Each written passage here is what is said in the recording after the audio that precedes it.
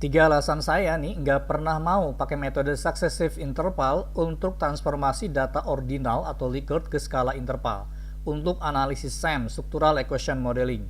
Ya, jadi teman-teman semua, ini adalah posisi saya dan saya publikasikan kepada teman-teman semua, sahabat semua.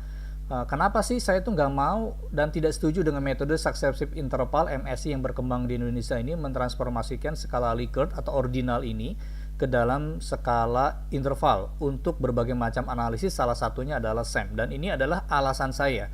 Wajib ditonton oleh teman-teman semua, khususnya para kampus, dan mudah-mudahan memberikan wacana baru berpikir di Indonesia bagaimana sebenarnya posisi successive interval ini. Apakah akan kita lanjutkan atau tidak? Oke ya, jangan lupa untuk subscribe di channel Ebook Statistik 1000 halaman. Mudah-mudahan semoga memberikan kemanfaatan bagi kita semua, karena metode ini berkembang terus luas di Indonesia dan banyak banget dipakai di kampus-kampus dan sudah bertahan lebih dari 20 tahun. Jadi ini kami sharing kepada publik, silakan di-share kepada teman-teman yang lainnya, kepada akademisi dan lainnya. Ini posisi saya, tiga alasan saya tidak mau memakai metode successive interval, konversi dari skala ordinal Likert ke skala interval, analisis data untuk SEM. Oke ya, metode MSI interval telah berkembang luas di Indonesia, dipakai di skripsi tesis maupun di disertasi di Indonesia. Kalau kita hari ini klik di Google, kemudian kita ketik metode MSI, successive interval, ya, muncul banget di uraian di Google dan juga jurnal-jurnal yang banyak banget. Ya, ini video-videonya semua banyak. Ya, kajian metode ini mengubah data terus dari mulai berbagai macam kampus, termasuk ini nih, situs ini, kemudian situs ini dan yang lain-lainnya. Ini banyak banget berkembang di Indonesia dan juga video-video tutorial yang menyatakan ini. Ya, sekali lagi ini banyak dan kami memposisikan diri saya tidak mengikuti aliran MSI ini. Ini contohnya yang dilakukan oleh jurnal Setianingsih, karena ini kutipannya cukup banyak ya, penerapan metode successive interval pada analisis regresi linier berganda. Ya, ini dikutip oleh 700 kali ya. Dan kami sekali lagi memposisikan tiga alasan kami nggak pakai metode ini. Oke ya, kami nggak pakai metode successive interval yang berkembang di Indonesia untuk skripsi, tesis maupun disertasi. Jika YouTube penjelasan ini bermanfaat, maka silakan diambil. Dan jika ada kekurangan, disampaikan di dalam kolom chat. Kami sudah publish ini kemarin, ada kolom chat yang menyatakan kekeliruan dari YouTube kami. Kemudian akhirnya kami perbaiki lagi. Ya, kami terus perbaiki lagi. Tapi intinya kalau bermanfaat silakan diambil. Kalau ada sesuatu yang keliru, silakan komen di kolom komentar. Penjelasan ini tidak menyatakan posisi saya MSI itu betul atau salah. Ya, karena mungkin saya ingin mengatakan bahwa saya bukan pakar di dalam analisis statistik ya. Pendidikan saya juga terbatas. Tetapi ini posisi saya bahwa saya nggak mau pakai analisis ini. Sampai detik ini saya tidak mengatakan analisis ini keliru atau salah. Posisi saya. Karena saya masih terus ingin mencari apakah ini betul atau salah ya dalam proses ini. Tapi sehingga saat ini saya nggak mau pakai dulu gitu, nggak mau pakai. Oke, prinsip saya adalah akan selalu mencari referensi awal. Kenapa saya belum mengatakan metode MSI salah atau betul? Karena saya belum mendapatkan referensi awal tentang metode MSI ini, referensi asli dalam bahasa Inggrisnya, sehingga saya mengalami kegelisahan. Ini metode MSI ini benar atau salah, dan terus mencari. Sering membaca jurnal-jurnal internasional, nih kegelisahan saya gini. Saya sering baca jurnal-jurnal internasional yang berbahasa Inggris ya, tentang analisis SEM, CB SEM dengan skala Likert. Tidak pernah menemukan itu namanya transformasi data dari ordinal ke interval menggunakan metode MSI, kecuali yang diterbitkan dari Indonesia ke luar negeri. Kalau penulis-penulis Indonesia pakai ini, ya, ada yang pakai ini, ada yang enggak. Tapi kalau orang luar negeri nggak pakai. Seakan-akan ilmu pengetahuan ini hanya berkembang di Indonesia saja dan tidak menjadi universal. Padahal ilmu pengetahuan harus universal, diuji kebenaran dan keabsahannya oleh seluruh penulis-penulis dunia atau akademisi dunia. Nah, metode MSI ini kalau diperhatikan hanya berkembang di Indonesia tuh. Orang-orang Indonesia yang berkembang, bahkan di wilayah tertentu yang pernah kuliah di wilayah kampus tertentu berkembang nih. Metode MSI ini dipakai terus dan diulang-ulang untuk skripsi, tesis maupun disertasi. Metode MSI yang berkembang di Indonesia itu dipahami oleh banyak orang dan juga website, termasuk juga para akademisi dan para penulis buku. Itu ada transformasi data ordinal Likert ke interval. Metode ini banyak digunakan di skripsi, tesis, disertasi karena satu alasan, bahwa analisis statistik itu yang namanya statistik parametrik membutuhkan distribusi data, membutuhkan minimum minimum skala pengukuran itu adalah interval. Oleh karena itu kalau skala Likert 1, 2, 3, 4, 5 itu harus ditransformasi dulu ke dalam skala interval. Karena kebutuhan analisis itu maka muncullah MSI berkembang 20 tahun lamanya di Indonesia. Nah, apakah metode MSI ini benar? Nah, menurut Pak Wahyu, ini saya baru ketemu ya, video YouTube-nya kemarin dikasih tahu oleh seorang pembaca YouTube saya nih. Metode MSI ini menurut Pak Wahyu. Nah, saya mencari Pak Wahyu ini siapa gitu. Kadang-kadang saya harus tahu dulu Pak Wahyu ini siapa. Tapi kalau Pak Wahyu ini ada Widiarso, beliau adalah akademisi dari Psikometrika Gajah Mada, saya percaya. Kalau beliau ini benar-benar Wahyu ini ada Widiarso dari UGM Gajah Mada, saya percaya. Jadi menurut Pak Wahyu, metode MSI yang berkembang di Indonesia ini keliru. Silakan ini nih, kesalahan konsep penerapan MSI di Indonesia. Not any criticism the use of method successive methods in Indonesia. Kalau dia memang pakar dalam bidang psikometrika, jadi saya percaya. Kalau misalnya kata Pak Wahyu itu bahwa metode MSI di Indonesia berkembang itu keliru, saya percaya.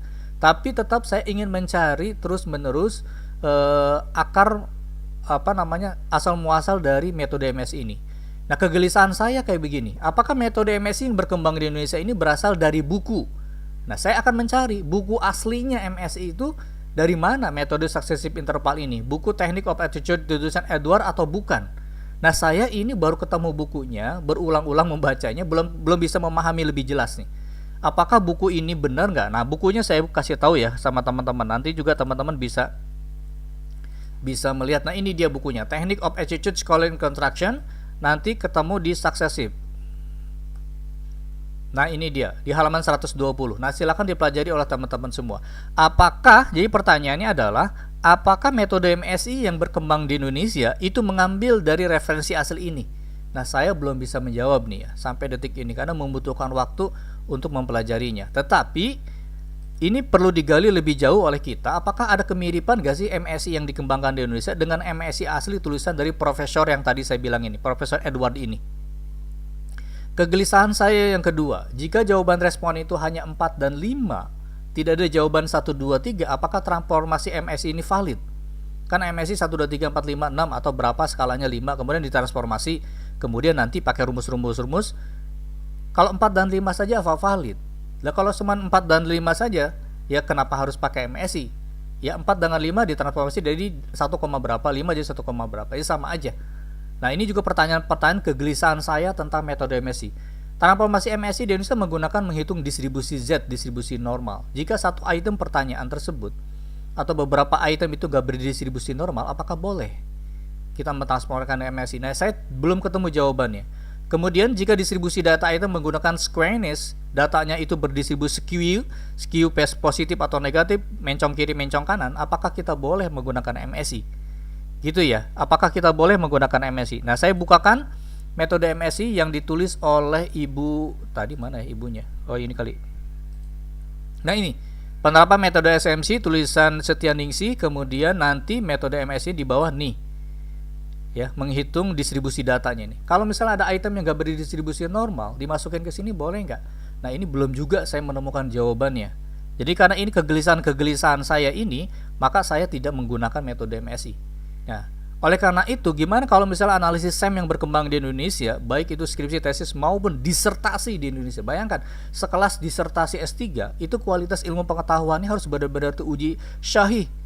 Harus benar-benar sahih alat ukur statistiknya. Kenapa? Disertasi S3, bukan lagi kaleng-kaleng ya. Oleh karena itu posisi saya gimana kalau misalnya skala Likert kemudian nanti menggunakan analisis SEM. Saya nggak pakai metode MSI ya. Saya sekali lagi tidak mau dan tidak ingin menggunakan metode MSI karena saya masih ragu dengan metode MSI. Saya masih gelisah dengan metode MSI ini dan saya belum ketemu referensi aslinya yang berbahasa Inggris untuk metode MSI ini. Kalau misalnya memang ada yang bisa menjelaskan bahwa itu metodenya benar, bangga silahkan di kolom komentar atau publikasikan jurnal ilmiah. Nah, bagaimana kalau misalnya saya metodenya dengan skala Likert tadi? Pertama, ya ada beberapa pendapat para ahli yang mengatakan ya sudah, kalau skala Likert itu gunakan saja treating a Likert item as measurement variable. Jadi gunakan saja skala Likert tadi, diasumsikan, diperlakukan sebagai skala interval ya. Dan menurut pendapat Pagerman ini nggak jadi masalah dan dia tetap robust hasilnya. Nah, ada beberapa pendapat yang lainnya yang mengatakan bahwa skala Likert ini masih tetap bisa digunakan sebagai skala interval. Oke ya. Nah, ini pertama adalah pendapat dari Van der Stoep mengatakan strictly speaking Likert scale are ordinal. However, researchers usually treat as scale. Kemudian Zygmunt mengatakan treated interval scale containing 5 or more response interval. Jadi kalau skala intervalnya skala Likertnya 1 2 3 4 5 itu bisa digunakan atau treated diperlakukan sebagai skala interval. Kemudian saya punya Microsoft Word. Ini tulisan dari buku ya, quantitative research using R. Kemudian di bagian bawahnya ini tertulis nanti di bagian bawahnya di sini Likert scale data can be dapat digunakan interpreted to be measurement as interval data if it has evenly spaced. Jadi space-nya sama panjang, clearly distinct, sama-sama membedakan, label and symmetric ya, distribusinya simetrik atau simetrik ukurannya. Kemudian juga ada buku yang lain, this is method for business and management practical to gini. Kemudian bukunya tadi juga ingin mengatakan hal yang sama, bahwa Likert scale itu bisa digunakan sebagai furthermore Likert scale automatic aggregation to composite score. Ya, pendapat ini mengatakan bahwa Likert scale boleh digunakan sebagai composite score, berarti dijumlahin, ditotalin, dibagi di ini seperti ini. Lebih daripada 5. Oke ya, itu dua pendapat. Berarti udah banyak pendapat yang mengatakan bahwa ya sudah, perlakukan saja Likert scale ini sebagai data interval, treating a Likert scale as a measurement variable. Kemudian yang kedua, pendapat ahli yang disebut sebagai normal mengatakan bahwa the data are from Likert scale which is ordinal so parametric cannot be used, katanya. Banyak para reviewer mengatakan ini, tapi dia membantah bahwa ya di bagian tulisan di bawahnya, nanti saya bukakan jurnalnya. Ini dia jurnal yang ditulis oleh dia. Mana ya? Ini. Nah, ini dia. Pendapat Norman ini mengatakan bahwa tetap bisa Likert scale digunakan sebagai skala interval dan tetap robust hasilnya, nggak jadi masalah kok. Dan untuk analisis statistik kita nggak terlalu khawatir banget gitu ya dengan skala Likert 1 sampai 5 tersebut ya.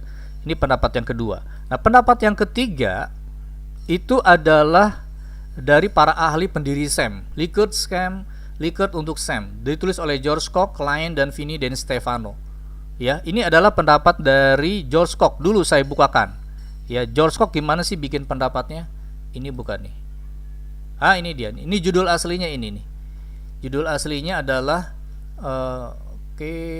judul asli gini, Structural Equation with Ordinal Likert Variable Using Risrael. Kemudian tulisannya si George Koch ini saya copy paste ke sini. Observation on ordinal variable are assumed, diasumsikan sebagai ordered coordinate. Such as ini. Dia bilang gini, ordinal variable, dia mengatakan bahwa ordinal variable are not continuous variable and should not be treated. Jadi nomor 3 dengan pendapat nomor 1 berlawanan. Kalau menurut George Koch, pendiri SAM, itu bahwa ordinal itu nggak bisa diperlakukan sebagai diperlakukan sebagai skala interval. Oke, nah lalu kita tanya sama George Koch, George Koch, kamu pakai apaan dong kalau gitu? Nah, di dalam tulisan yang tadi saya tulis bahwa Structural Equation with Risrael, dia ngasih tahu bagaimana caranya di dalam covariant BSM atau di LSM kalau menghadapi skala Likert atau ordinal.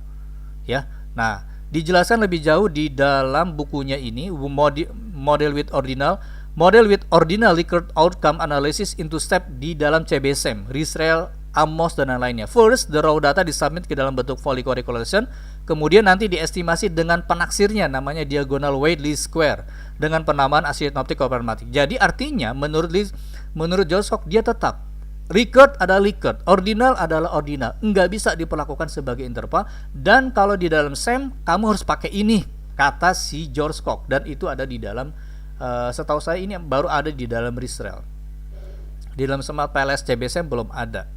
Oke ya, jadi posisinya adalah kalau misalnya Likert menghadapi analisis SAM, pendapatnya George Koch kayak begini. Tidak disebutkan oleh George Koch bahwa skala ordinal ditransformasi ke dalam skala interval pakai MSI. Nggak ada tuh. George Koch nggak ngomong kayak begitu. Gitu ya. Jadi posisi kami di mana? Posisi saya itu adalah moderat. Kadang saya menggunakan metode Likert untuk SAM, diolah data menggunakan DWLS. Oh, satu lagi saya lupa ya, belum dikasih tahu pada teman-teman. Satu lagi adalah pendapat Vinnie Stefano. Ini pendapatnya nih, non-normal and categorical data in structural equation modeling. Ini pendapat Vine dan Stefano. Nanti ketemu di bagian bawah categorical data. Categorical data contohnya adalah ordered categorical data, itu Likert maksudnya di dalam SEM. Nanti ketemu di bagian bawah di halaman 450. Udah saya baca tadi sedikit-sedikit 450. Nah di sini effect analysis approach normally distributed ordered categorical data using ML estimate empirical data.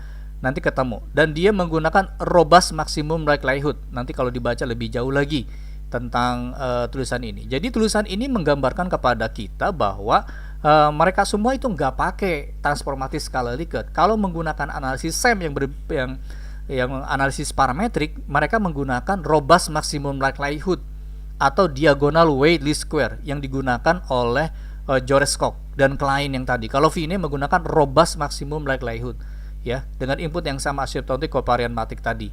Nah, tapi saya dalam beberapa kasus mengikuti pendapat ahli yang pertama dan ahli yang kedua ini. Ya sudah, kalau gitu perlakukan saja skala Likert sama seperti interval.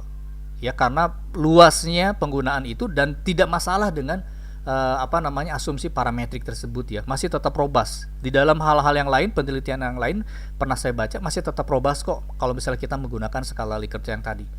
Oke, jadi apakah kampus di Indonesia masih tetap pakai metode MSI? Ya silakan, mangga kepada teman-teman semua, khususnya para akademisi di Indonesia, kalau memang menggunakan Likert kemudian transformasi MSI, itu mangga silakan. Tapi pertanyaannya adalah, itu benar apa enggak?